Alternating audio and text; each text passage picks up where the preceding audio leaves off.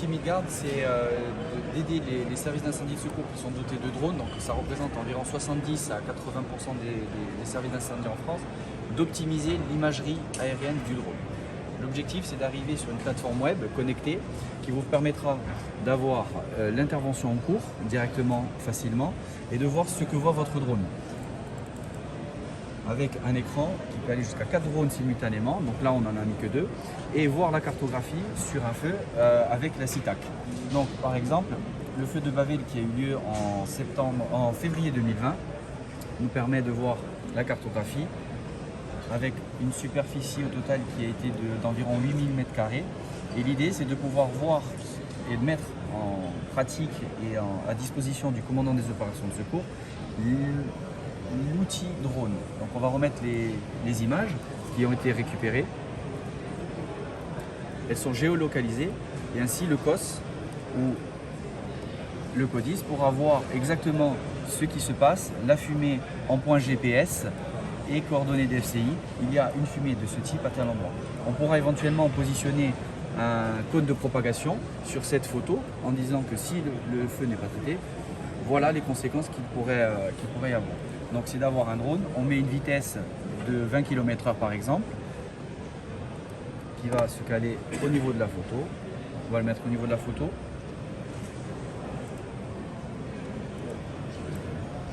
On va pouvoir le déplacer. Voilà. Ça va épouser les courbes de niveau afin de pouvoir nous donner une idée réelle de la situation. Ça c'est l'exemple pour le feu de forêt. On va vous montrer un exemple feu urbain, une situation un petit peu classique que les pompiers connaissent, une PGR.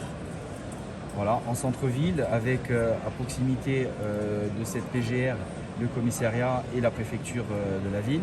Donc on va pouvoir mettre les outils métiers, l'affichage au niveau des façades, des cercles de zonage pour la zone d'exclusion, la zone de soutien et la zone contrôlée. Voilà, tout à fait accessible. Et on va rajouter des photos pour voir la situation au plus près de la réalité. Le télépilote aura fait ces photos, elles seront géolocalisées et remises en condition dans le contexte réel.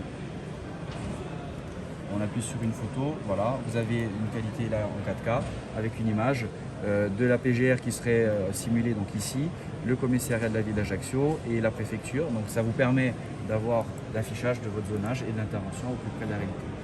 Et l'idée, c'est d'avoir aujourd'hui ce socle commun pour toutes les interventions et de développer de l'intelligence artificielle pour le feu de forêt, les inondations et d'autres missions. Ici, le drone qui filme la fumée, et là, vous avez l'intelligence artificielle qui va vraiment détecter la fumée pour pouvoir nous indiquer, éventuellement, si l'œil ne l'a pas vu, qu'il y a une fumerole et nous indiquer des informations spécifiques. Là, on voit bien la différence entre les deux, vous voyez. Là, l'ordinateur, l'intelligence artificielle, vraiment, nous montre où se trouve la fumée. C'est bon. Du coup, aujourd'hui, on a un premier outil, une première base, un tronc commun qui permet la visualisation, le stockage de données.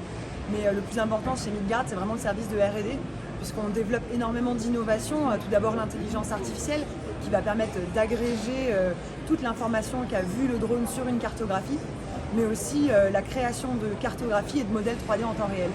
Charlotte, ici, du coup, développe justement cette partie-là. Donc moi je travaille sur le module cartographie, donc l'idée c'est de pouvoir positionner les images et vidéos acquises par le drone directement sur la carte. Donc là on a par exemple une intervention qu'on avait faite où on a projeté toutes les images sur la cartographie, donc positionnées au bon endroit. Et donc l'idée c'est d'avoir une reconstruction progressive de la cartographie au fur et à mesure que le drone se promène au-dessus de la zone, pour pouvoir reconstruire en 3D la zone de l'intervention. Chez Midgard, on a également un collègue qui travaille sur des modules d'intelligence artificielle. Donc on a un module feu qui est déjà développé, donc qui permet de détecter les fumées automatiquement dans l'image.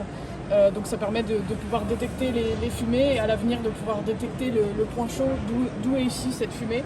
Du coup, aujourd'hui, on a vraiment développé cet outil pour les services d'incendie et de secours avec les pompiers, avec à la fois nos partenaires, les services d'incendie et de secours des Bouches-du-Rhône, du Gard et du Puy-de-Dôme, qui nous ont aidés à comprendre leurs besoins, à comprendre leur utilisation du drone et comment est-ce que cet outil pourrait leur être le plus utile possible sur le terrain.